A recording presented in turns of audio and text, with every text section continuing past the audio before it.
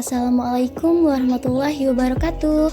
Nama saya Mici Aminatien Rohmah, NIM 2005112734 dari Prodi Pendidikan Pancasila dan Kewarganegaraan Universitas Riau.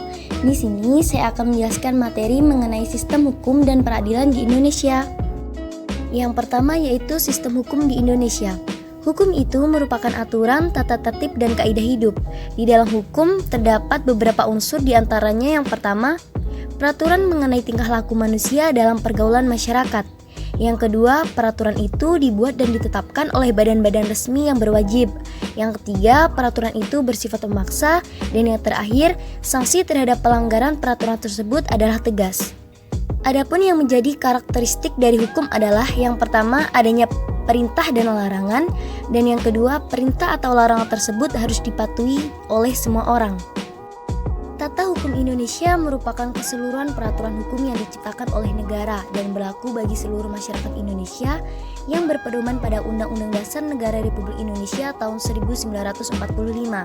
Dan pelaksanaan tata hukum tersebut dapat dipaksakan oleh alat-alat negara yang diberi kekuasaan. Tata Hukum Indonesia ditetapkan oleh masyarakat hukum Indonesia. Oleh karena itu, Tata Hukum Indonesia baru ada ketika negara Indonesia diproklamirkan pada tanggal 17 Agustus 1945. Hal tersebut bisa dilihat dalam yang pertama, proklamasi kemerdekaan, yaitu kami bangsa Indonesia dengan ini menyatakan kemerdekaan Indonesia. Yang kedua, pembukaan Undang-Undang Dasar Negara Republik Indonesia tahun 1945. Yang kedua yaitu mencermati sistem peradilan di Indonesia. Berbicara mengenai lembaga peradilan nasional, tidak dapat terlepas dari konsep kekuasaan negara. Kekuasaan yang dimaksud adalah kekuasaan kehakiman. Di Indonesia, perwujudan kekuasaan kehakiman ini diatur sepenuhnya dalam Undang-Undang Republik Indonesia Nomor 48 Tahun 2009 tentang kekuasaan kehakiman yang merupakan penyempurnaan dari Undang-Undang Republik Indonesia Nomor 14 Tahun 1970 tentang pokok-pokok kekuasaan kehakiman. Kekuasaan kehakiman di Indonesia dilakukan oleh Mahkamah Agung. Badan peradilan yang berada di bawah Mahkamah Agung meliputi badan peradilan yang berada di lingkungan peradilan umum, peradilan agama, peradilan militer, dan peradilan tata usaha negara serta oleh sebuah mahkamah konstitusi. Lembaga-lembaga tersebut berperan sebagai penegak keadilan dan dibersihkan dari setiap intervensi atau campur tangan, baik dari lembaga legislatif, eksekutif maupun lembaga lainnya.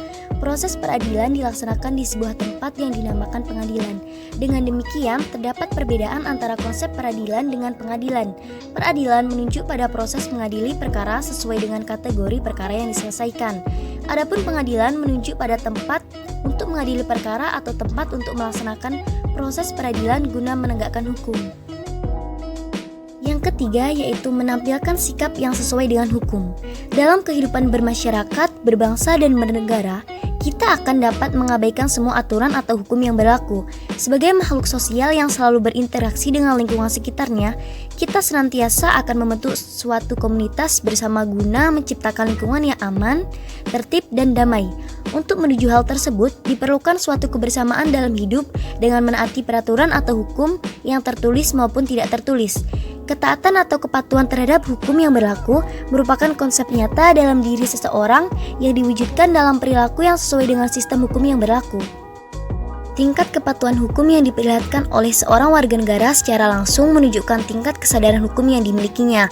Kepatuhan hukum mengandung arti bahwa seorang memiliki kesadaran yang pertama memahami dan menggunakan peraturan perundangan yang berlaku, yang kedua mempertahankan tertib hukum yang ada, serta yang terakhir menegakkan kepastian hukum. Baiklah, itu tadi penjelasan materi mengenai sistem hukum dan peradilan di Indonesia. Saya ucapkan terima kasih atas perhatiannya. Saya akhiri dengan Assalamualaikum warahmatullahi wabarakatuh.